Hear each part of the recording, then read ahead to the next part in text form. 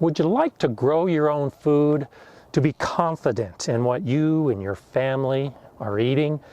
Well, you have that opportunity. And would you like to do it with thousands of others? Well, join me today as I discuss the Victory Garden Challenge.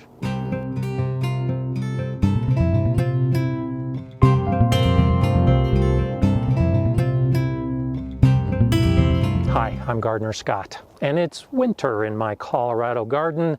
Nothing's growing right now, but this is the ideal time of year to begin planning my spring, summer, and fall garden. This is the area where I grow a substantial amount of my own food every year. And it's easy.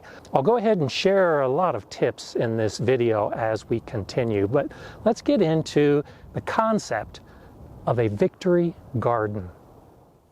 The idea of victory gardens goes back more than 100 years. During World War I, a substantial amount of the food grown commercially was being sent to the troops at the front line. So families needed to grow their own food just to meet their typical dietary needs. Well, commissions were set up in different countries to support and promote that effort.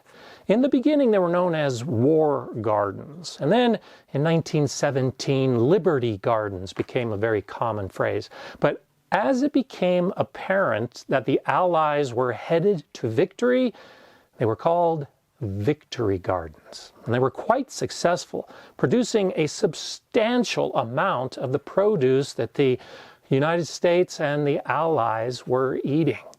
And even though it was successful and people liked doing it, with the Roaring '20s and the Great Depression, it kind of fell out of favor. And the families weren't growing like they were until World War II. And it started back up again.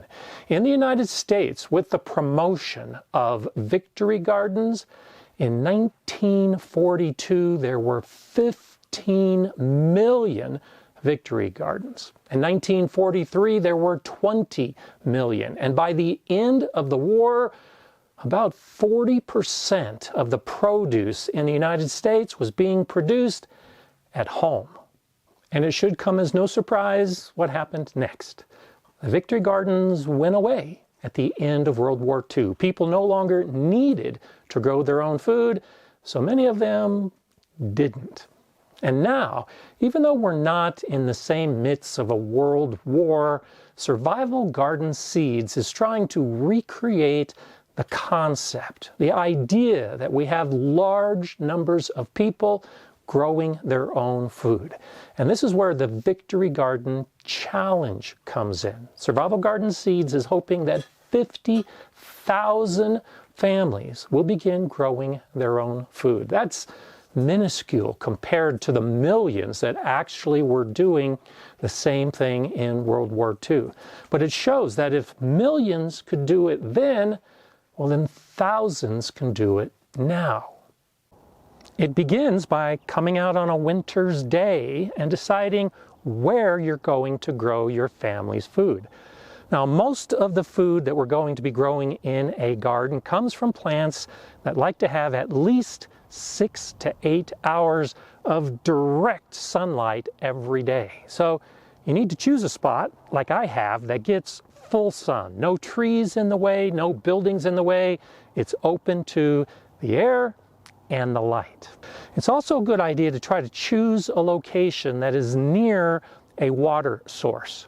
All of these beds with plants growing in them requires daily watering for me here in Colorado because it's so dry. So a hose, some type of irrigation system needs to be easy to be able to keep all of these plants alive.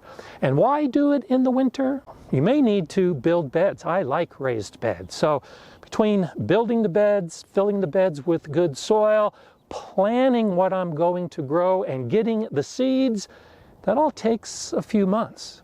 Winter is a great time to start. I suggest starting small. Though all of us would love to grow all of the food that our family eats, it takes time and experience and a lot of beds to be able to grow that amount of food. The first year I was in this garden, I just had a couple beds. As I learned about the sun, the water, the weather, and all of those components that come into gardening. Every year I add more beds, which gives me the ability to grow more of my own food. By starting small, you can figure out your own garden, your own abilities, and then from there expand to be able to get what you're looking for, which is food for your family. As you're trying to figure out what you're going to grow in your small garden that you're beginning, it's helpful to ask a simple question. What does your family eat? Those are the plants you should be growing. It's the food that you go to the store for on a regular basis. If you can grow that at home, think about all the trips you save. Think about how great it is for your budget when you can grow your own lettuce and carrots and tomatoes and peppers and corn and whatever else that's in your diet. All of that is possible in your garden if you do the planning and you do the preparation to make it happen. Now, Survival Garden Seeds makes it easy, and I have this farmer's seed vault as one of the things that I use, filled with seeds. In here we've got sweet corn, we've got carrots, we've got beets, we've got peas, we've got radishes, we've got melons, we've got all kinds of plants that are in this seed vault. In fact, I've actually had this for a couple years now, and every year I use more and more of the seeds. When bought in bulk like this, it works out to about $1 per seed packet. So when you think about it, this packet of sweet corn, which costs about $1, if I can grow this sweet corn, if I get more than 2 ears, it's paid for itself.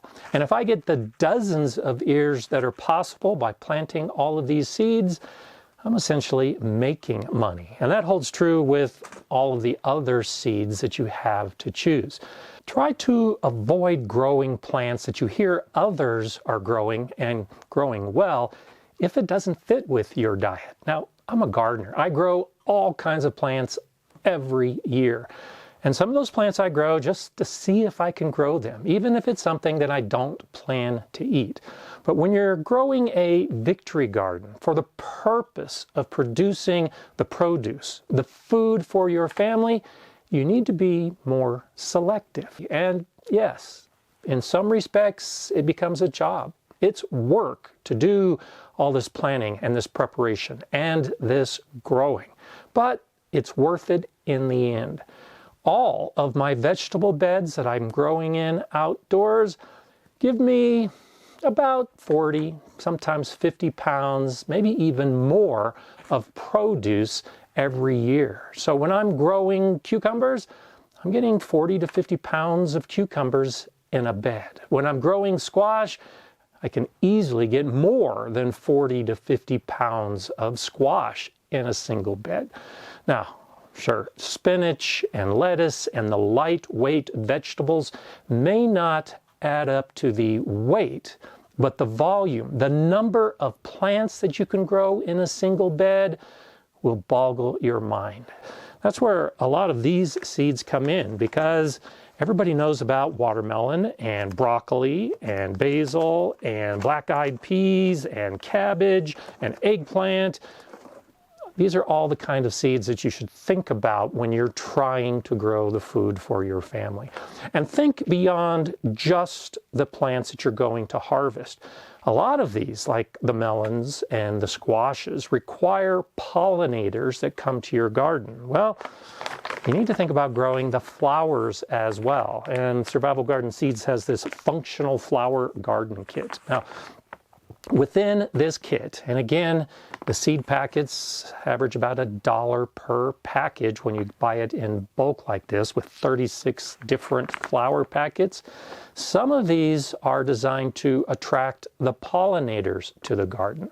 Some of these are medicinal plants, because that's a very important part of the Victory Garden as well, is growing some of those plants that can actually help with our health.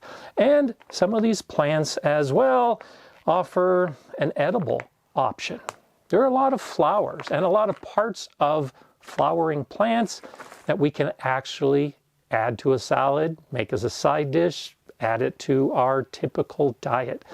All of this together are the kind of things to think about when we're planning our garden. And of course, it should come as no surprise to you that here in the Gardener Scott channel, I've got videos that show how to do all of that. And you can also use the Gardener Scott code to get a discount on these seeds, which means you can save even more money.